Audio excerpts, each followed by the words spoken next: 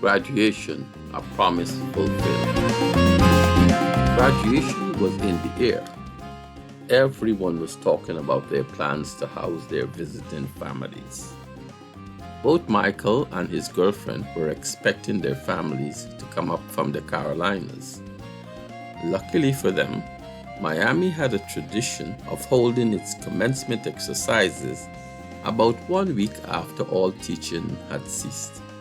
The students having left, the dorms were now available to host visiting families at a greatly discounted price.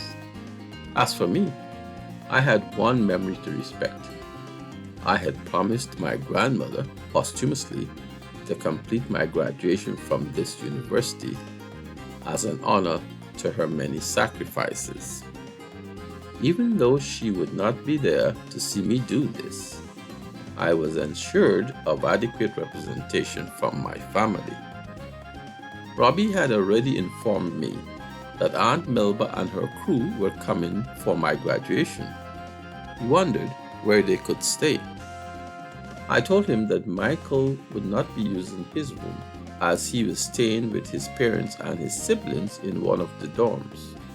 Aunt Melba and her husband could use my room as it has its own bathroom.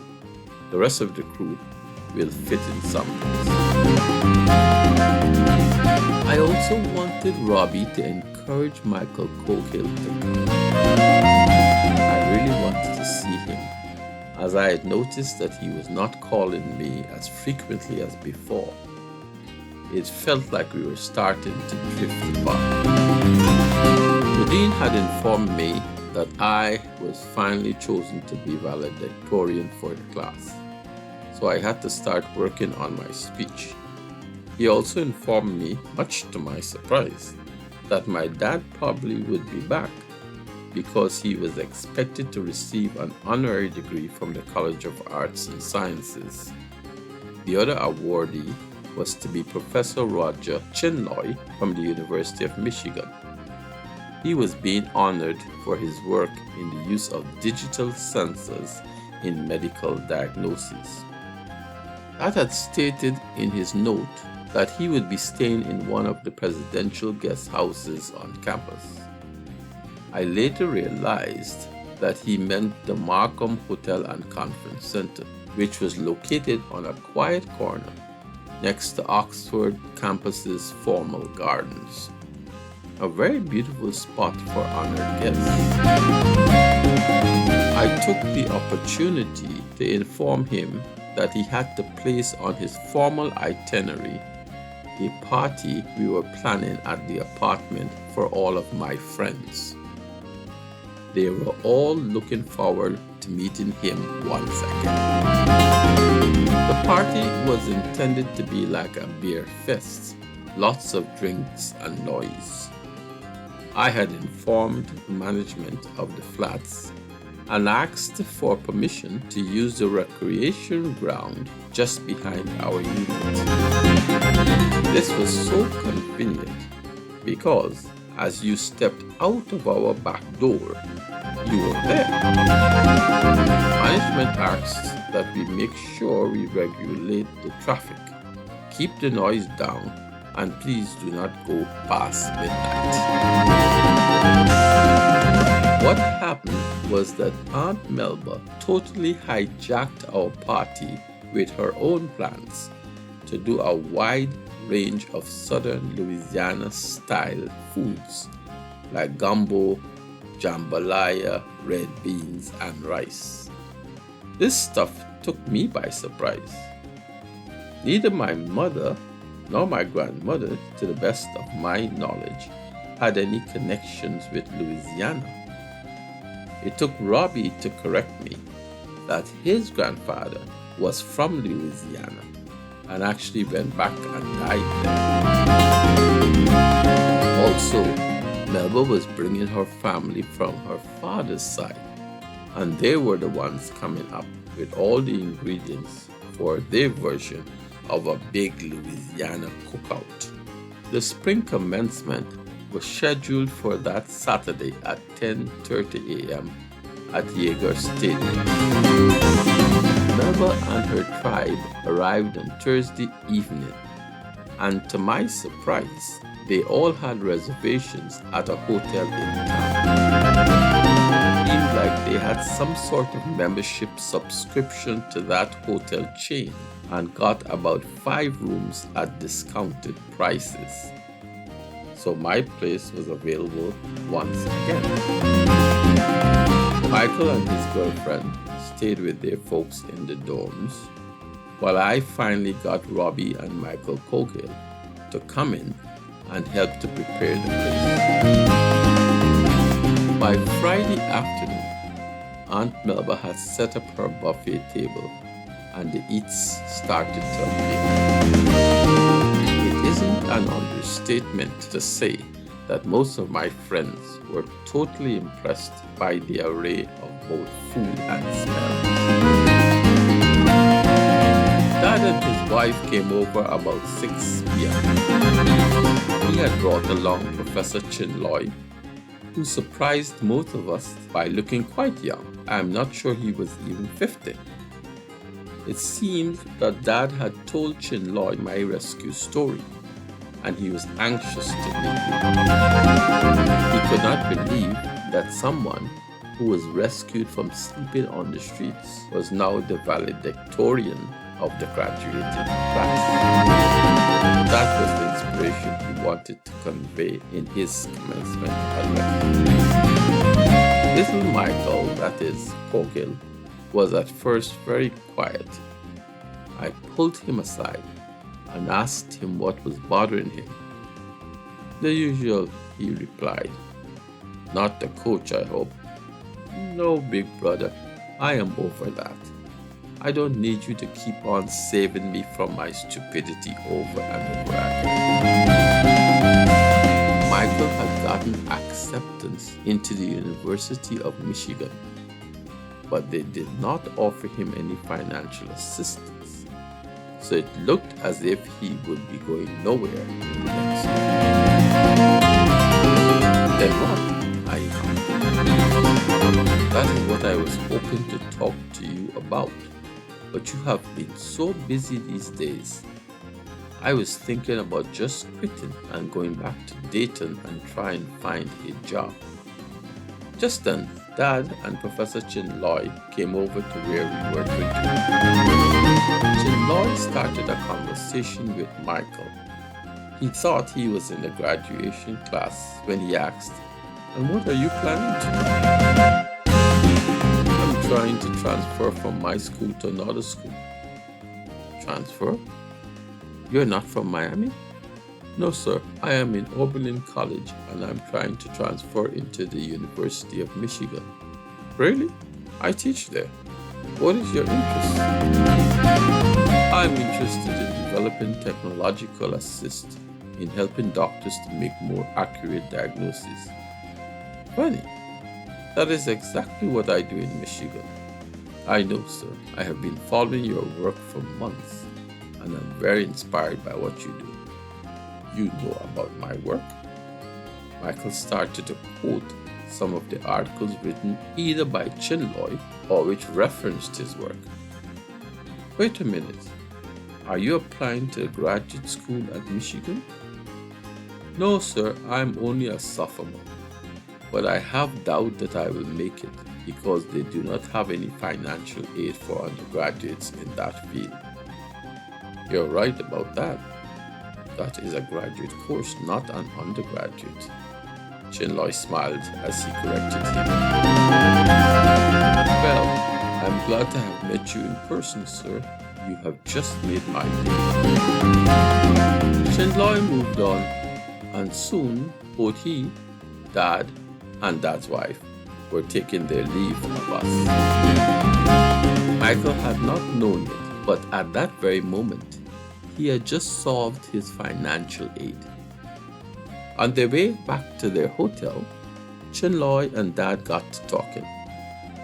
Lin was expressing his surprise at the high caliber of black students he had found at that party. That confirmed that it was like that. They tend to cluster together, the smart ones. Already, I have never found a minority student who knew that much about my work and was inspired by it. How do you do it, Alvin? Do what? Help students like that. Oh, that one is simple, Roger. One at a time. Yes, one at a time. Chenloy turned to Dad and gave him one of his business cards with a personal number scribbled on the inside. Could you get your son to give this to that young man I met and ask him to call me sometime next week about his application to Michigan? I'll give it to him myself. And by the way, his name is Coghill, Michael Coghill. The party was a hit, and so was the commencement. We were all posing for pictures after the ceremony had finished, when Dad came up with Professor Chenloy, both decked out in their crimson and gold academic garments. Get Michael Coghill right away. Sent Robbie. After all, Michael was his high school friend. As he came back, Dad grabbed him and said, "Come here, young man. I want you to hear this." Chenloy turned around and they all posed for pictures. Then Chenloy said, "Michael, I gave Dr. Willis my business card for you to call me sometime next week so that I can work on your financial assistance from Michigan. I think you will enjoy it in an hour." Michael turned to me as our guests walked off. "Can you believe this, big brother? Your commencement speaker is going to help me get financial aid from the University of Michigan. Being next to you is like a good luck charm." Just then, Robbie chimed in. "Hey, it is I who introduced you to my cousin, okay? Remember that." Michael, indeed, had the best fortune of all. He started a regular communication with Professor Chenloy. The professor wanted him to take a course in Oberlin during the summer session. It was an advanced course on human anatomy. Michael, you have to give it to him, had the wisdom to call Gwen and ask for her advice. She told him to get an exercise book, and as he read the text, any new names or references that he came up against, he must immediately research their meaning and make a note of it. After about 2 weeks of this approach, he will find himself understanding most of the jargon that the writers were using. Michael is like that. Anybody he loves and respects, he would take their advice very seriously, even literally. So the first month of the summer term, my little brother was nowhere to be seen except in the library and in one class that he was taking. In the midterm, he got a B+, and the instructor was very impressed. So also was Professor Chenloy. Actually, Chenloy was the chair of his department in Michigan. He recommended that the department advance $20,000 from its budget to the Department of Biology and asked them to admit Mike as a sophomore in their department. If he continued to perform, that department agreed that they would pick up his future tuition another time. Michael called me with the exciting news of his bursary and his relocation to the University of Michigan. Michael did one other thing that at first I thought was absolutely crazy. He called me one day to say that he was going to lunch at his coach's home again. Wait, Michael, do you understand what you're doing? Well, the entire story was even more amazing. The coach's wife had found him one day during the winter term in the cafeteria, and she and her friend approached him, first of all, to find out if he was Michael Coghill and if he had known the coach. Then they asked him point blank if he had slept with the coach. They quickly calmed him down by telling him that this was not about him, but an effort to get him to help repair the coach's marriage. The person accompanying her was the marriage counselor working with the coach's wife. After agreeing to meet with the counselor, he agreed to join the wife in delivering to the coach the message that he had a misplaced crush on Michael. The wife had set up the scene for a dinner of spaghetti and meatballs, the same meal that the coach had cooked when he and Michael had their secret sexual encounter. That evening, in the middle of having his dinner, the doorbell rang. "Who could that be?" his wife asked. "I'll answer it." "Oh, guess who is here, dear? It's Michael." "Who, Michael?" he barked at her. "Oh, Michael, we are just having a dinner of spaghetti and meatballs. I understand that you like that. Would you like to join us?" The coach was so shocked by his arrival that he just sat there in silence as Michael took a seat at the table. He immediately began to explain his presence. "Coach, I am not here to embarrass you or to condemn you. What I allowed you to do with me was wrong. And knowing how much you cared for me and helped me, I wanted to help you repair your marriage. Coach, listen to me. You are an asset to that team, and if you fail them now, the team will fail." Michael was not sure that he was hearing him, as the coach just sat there with his head buried in the palm of his hands, tears running down his cheeks, and an indistinguishable murmur coming out of his mouth. "And there is one other thing I wanted you to know, Coach. I am transferring to the University of Michigan in the fall to pursue my academic career. I will keep on running, but not on the varsity team. And I will never forget all the good advice that you gave me. Pray for my success, Coach." In a voice filled with uncontrollable emotion, he just mumbled, "No, you pray for my forgiveness," and just broke down in tears again. Michael could not bring himself to witness the pain in this man, so he just got up, wished the wife the best of luck, and exited their home. Could you believe that? How this guy had really matured.